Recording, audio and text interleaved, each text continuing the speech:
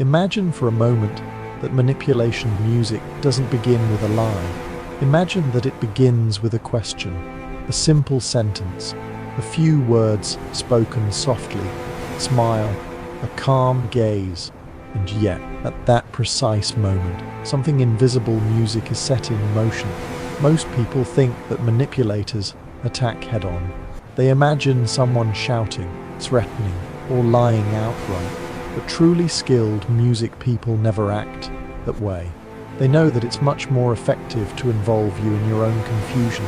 They know that a well-placed question can sometimes be more destructive than a direct accusation.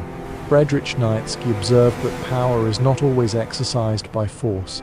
Very often music it operates through the ideas, perceptions, and interpretations that others end up accepting music as true. Whoever controls your thinking already controls a part of your reality. And that's exactly music what manipulators are after. They don't just want to win an argument. They want to become the authors of the story you tell in your own mind. Today, we're going to examine 5 music particularly dangerous questions. Questions that seem innocent. Questions that many people hear every day without realizing their true purpose. And most importantly, we're going to discover why they are so powerful and how to answer them with calm, clarity, and inner strength. First question: why are you so sensitive? At first glance, this question seems harmless. After all, maybe you really are sensitive. Maybe you reacted emotionally. But observe carefully what happens. The conversation suddenly shifts from being about the other person's behavior to being about you. The problem is no longer what was said. The problem becomes your reaction. This is the subtlety of this manipulation. The manipulator music shifts the focus of the discussion. Instead of examining the facts, you begin music to examine your own personality. You ask yourself, did a overact? Am I being too emotional? Maybe I'm wrong. And while you doubt yourself, the other person avoids taking responsibility. Nietzsche asserted that weak individuals often seek to music impose their interpretations of the world on others. They want you to see reality through their eyes. If you accept the idea that your sensitivity music is the problem, then their behavior automatically stops being questioned. The best response isn't anger. The best response is music clarity. You can simply say, being sensitive doesn't prevent you from seeing reality. Let's talk about the facts. This sentence music immediately brings the discussion back to square one, and that's precisely what the manipulator wanted to avoid. Second question: you trust me, don't you? This phrase is often used in romantic relationships, friendships, or even professional relationships. Music, it seems affectionate, almost reassuring, but behind this apparent gentleness often lies a formidable mechanism. Because this question isn't really trying to find out if you trust them, it's trying to make any verification suspicious. If you answer yes, you are implicitly invited to stop asking music questions. If you express doubt, you are immediately portrayed as suspicious or unfair. The trap is perfect. You are trapped in a false dichotomy. Nietzsche reminded us that the most dangerous music convictions are often those that forbid any questioning. Healthy trust tolerates questions. Genuine trust tolerates verification. Only artificial trust demands blind music obedience. When someone tries to use this phrase to mentally disarm you, remember this. Trust is not a contract signed once and for all. It is a natural consequence of actions repeated over time. You can calmly replay. Trust exists, but it doesn't replace reflection. An honest person will understand music this.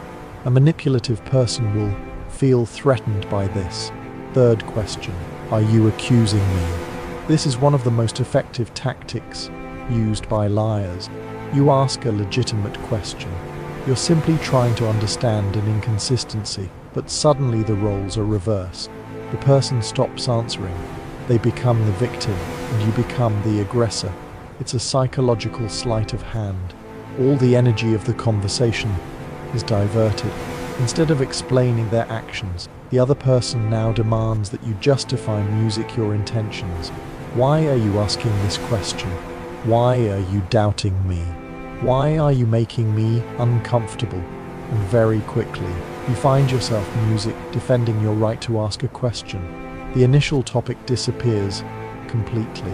Nietzsche believed that many human conflicts stemmed from invisible power struggles.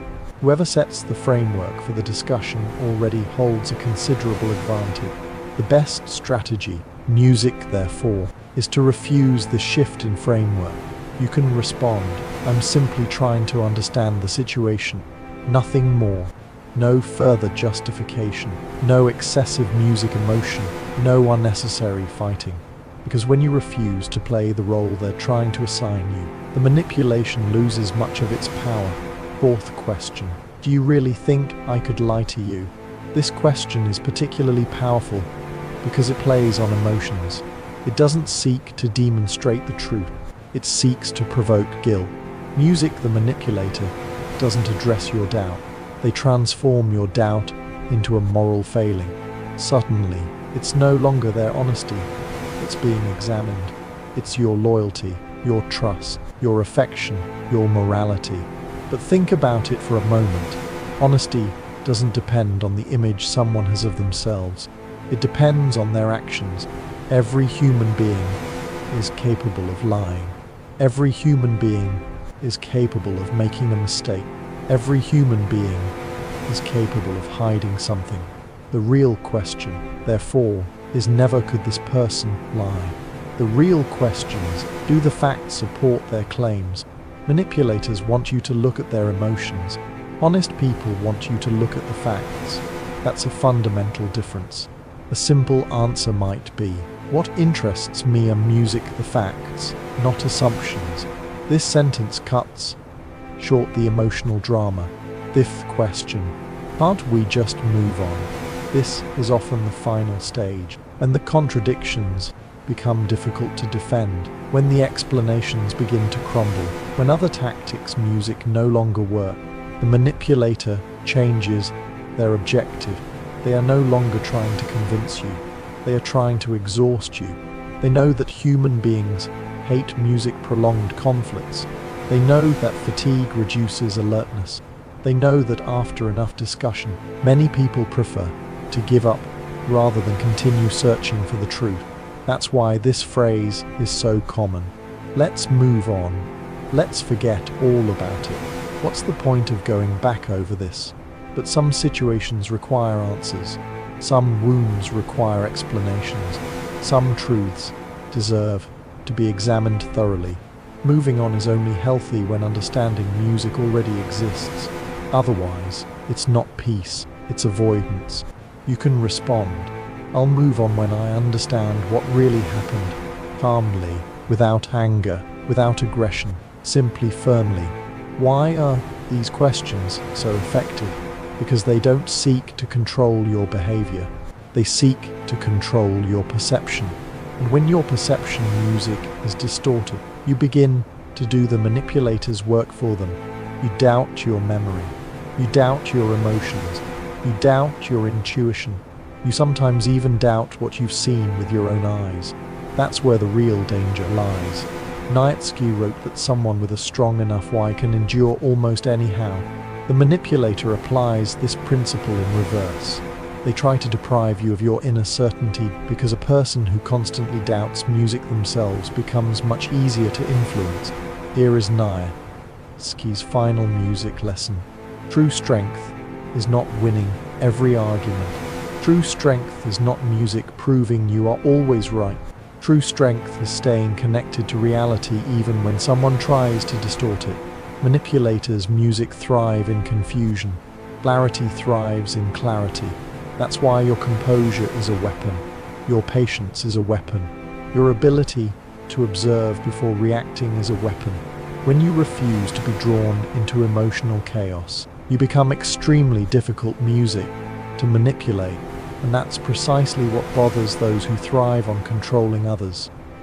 Remember, not all questions are asked to elicit an answer. Some are asked to sow doubt. Some are asked to shift attention. Some are designed to take control of your mind. Learn to recognize them. Learn to slow down. Learn to observe, because the hardest person to manipulate isn't necessarily the strongest. It isn't necessarily the smartest. It's the one who clearly sees what's happening right in front of them. And in a world full of masks, lucidity remains the rarest form of power. Well,